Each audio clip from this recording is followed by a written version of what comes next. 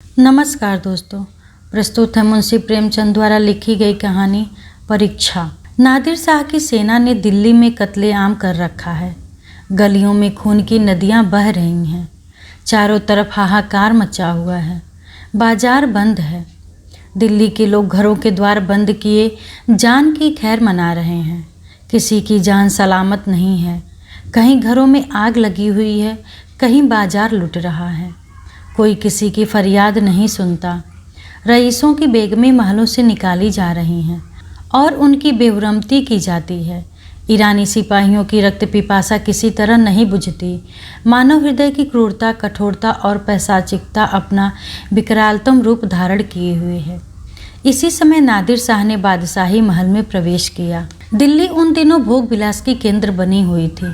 सजावट और तकल्लुफ के सामानों से रईसों के भवन भरे रहते थे। स्त्रियों को बनाव श्रृंगार के सिवा कोई काम न था। पुरुषों को सुख भोग के सिवा और कोई चिंता न थी। राजनीति का स्थान शेरो शायरी ने लिया था। समस्त प्रांतों से धन खींच खींच कर दिल्ली आता था और पानी की भांति बहाया जाता था। वेश्याओं की चांदी थी। कहीं तीतरों के जोड़ होते थे, कहीं बटेरों और बुलबुलों की पालियां ठनती थीं। सारा नगर विलास निद्रा में मग्न था। नादिर शाह शाही महल में पहुंचा तो वहां का सामान देखकर उसकी आंखें खुल गईं। उसका जन्म दरिद्र घर में हुआ था। उसका समस्त जीवन रणभूमि में ही कटा था। भोग विलास का उसे चस्का न लगा था। कहाँ रण क्षेत्र के कष्ट और कहाँ यह सुख साम्राज्य। जिधर आंख उठती थी उधर से हटने का नाम न लेती थी। संध्या हो गई थी। नादिर शाह अपने सरदारों के साथ महल की सैर करता और अपनी पसंद की चीज़ों को बटोरता हुआ दीवाने खास में आकर कारचौबी मसनद पर बैठ गया। सरदारों को वहां से चले जाने का हुक्म दे दिया।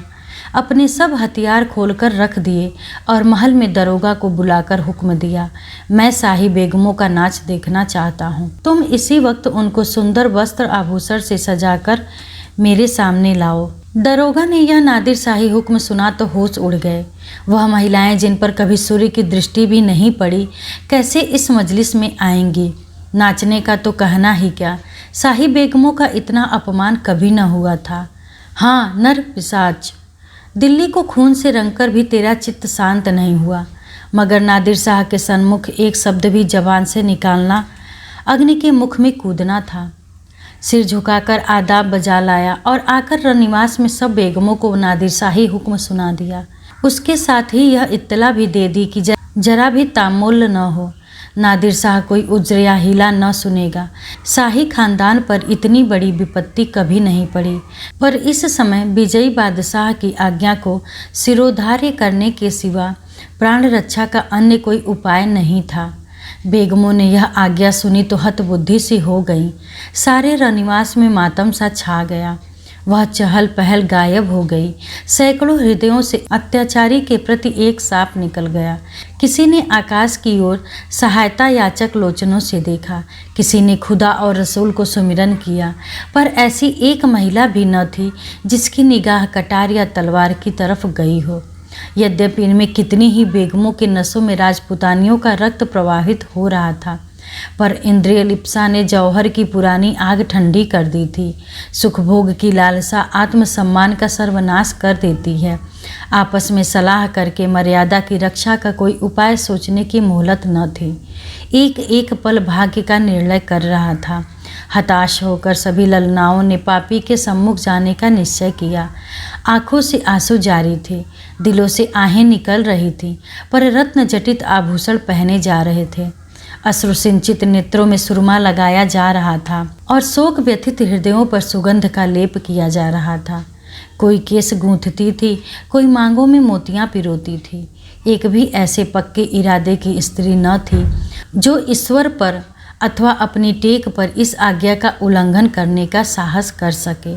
एक घंटा भी न गुजरने पाया था कि बेगमात पूरे के पूरे आभूषणों से जगमगाती, अपने मुख की कांति से बेले और गुलाब की कलियों को लजाती, सुगंध की लपटें उड़ाती, छमछम करती हुई दीवाने खास में आकर नादिर शाह के सामने खड़ी हो गई। नादिर शाह ने एक बार कनखियों से परियों के इस दल को देखा और तब मसनद की टेक लगाकर लेट गया। अपनी तलवार और कटार सामने रख दी। एक क्षण में उसकी आंखें झपकने लगीं। उसने एक अंगड़ाई ली और करवट बदल ली। जरा देर में उसके खर्राटों की आवाज़ें सुनाई देने लगी। ऐसा जान पड़ा कि वह गहरी निद्रा में मग्न हो गया है। आधे घंटे तक वह पड़ा सोता रहा और बेगमें ज्यों की त्यों सिर नीचा किए दीवार के चित्रों की भांति खड़ी रहीं। उनमें दो एक महिलाएं जो ढीठ थीं, घूंघट की ओट से नादिर शाह को देख भी रही थी और आपस में दबी जबान में कानाफूसी कर रही थी। कैसा भयंकर स्वरूप है, कितनी रणोन्मत्त आंखें हैं, कितना भारी शरीर है, आदमी काहे को है, देव है। सहसा नादिर शाह की आंखें खुल गईं। परियों का दल पूर्ववत खड़ा था। उसे जागते देख बेगमों ने सिर नीचे कर लिए और अंग समेटकर भेड़ों की भांति एक दूसरे से मिल गईं। सबके दिल धड़क रहे थे कि अब यह जालिम नाचने गाने को कहेगा, तब कैसे क्या होगा। खुदा इस जालिम से समझे, मगर नाचा तो न जाएगा, चाहे जान ही क्यों न जाए। इससे ज़्यादा जिल्लत अब न सही जाएगी। सहसा नादिर शाह कठोर शब्दों में बोला, ऐ खुदा की बंदियों, मैंने तुम्हारा इम्तहान लेने के लिए बुलाया था और अफसोस के साथ कहना पड़ता है कि तुम्हारी निस्बत मेरा जो गुमान था वह हर्फ ब हर्फ सच निकला। जब किसी कौम की औरतों में गैरत नहीं रहती तो वह कौम मुर्दा हो जाता है। देखना चाहता था कि तुम लोगों में अभी कुछ गैरत बाकी है या नहीं, इसलिए मैंने तुम्हें यहाँ बुलाया था। मैं तुम्हारी बेहुरमती नहीं करना चाहता था। मैं इतना ऐश का बंदा नहीं हूँ, वरना आज भेड़ों के गल्ले चराता होता। न इतना हवस परस्त हूँ, वरना आज फारस में सरोद और सितार की ताने सुनता होता, जिसका मज़ा मैं हिंदुस्तानी गाने से कहीं ज़्यादा उठा सकता हूँ। मुझे सिर्फ तुम्हारा इम्तहान लेना था। मुझे यह देखकर सच्चा मलाल हो रहा है कि तुम में गैरत का जौहर बाकी न रहा। क्या यह मुमकिन न था कि तुम मेरे हुक्म को पैरों तले कुचल देती? जब तुम यहाँ आ गई तो मैंने तुम्हें एक और मौका दिया। मैंने नींद का बहाना किया। क्या यह मुमकिन न था कि तुम में से कोई खुदा की बंदी इस कटार को उठाकर मेरे जिगर में चुभा देती? मैं कलामे पाक की कसम खाकर कहता हूँ कि तुम में से किसी को कटार पर हाथ रखते देखकर मुझे बेहद खुशी होती। मैं उन नाजुक हाथों के सामने गर्दन झुका देता। पर अफसोस है कि आज तैमूरी खानदान की एक बेटी भी यहाँ ऐसी नहीं निकली जो अपनी हुर्मत बिगाड़ने पर हाथ उठाती। अब यह सल्तनत जिंदा नहीं रह सकती। इसकी हस्ती के दिन गिने हुए हैं। इसका निशान बहुत जल्द दुनिया से मिट जाएगा। तुम लोग जाओ और हो सके तो अब भी सल्तनत को बचाओ, वरना इसी तरह हवस की गुलामी करते हुए दुनिया से रुखसत हो जाओगी।